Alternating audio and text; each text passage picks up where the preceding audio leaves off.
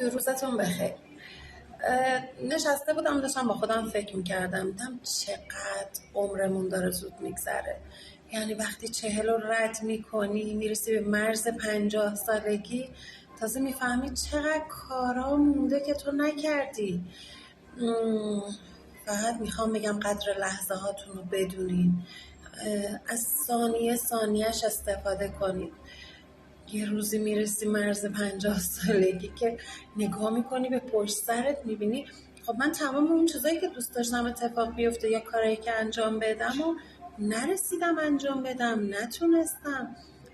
چطوری من رسیدم به این سن که هنوز کلی آرزو دارم، کلی کارهای نکرده دارم، کلی برای خودم هدف و آرزو دارم. نمیگم دیره ها، ولی میگم حواستون باشه که زود دیر میشه. روزتون بخیر. نشسته بودم داشتم با خودم فکر میکردم دیدم چقدر عمرمون داره زود میگذره. یعنی وقتی 40 رو رد میکنی میرسی به مرز 50 سالگی، تازه میفهمی چقدر کارا مونده که تو نکردی. فقط میخوام بگم قدر لحظه هاتون رو بدونین، از ثانیه ثانیهش استفاده کنین.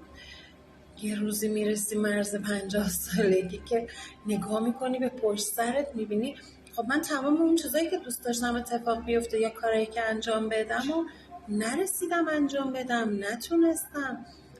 چطوری من رسیدم به این سن که هنوز کلی آرزو دارم، کلی کارهای نکرده دارم، کلی برای خودم هدف و آرزو دارم. نمیگم دیره ها، ولی میگم حواستون باشه که زود دیر میشه.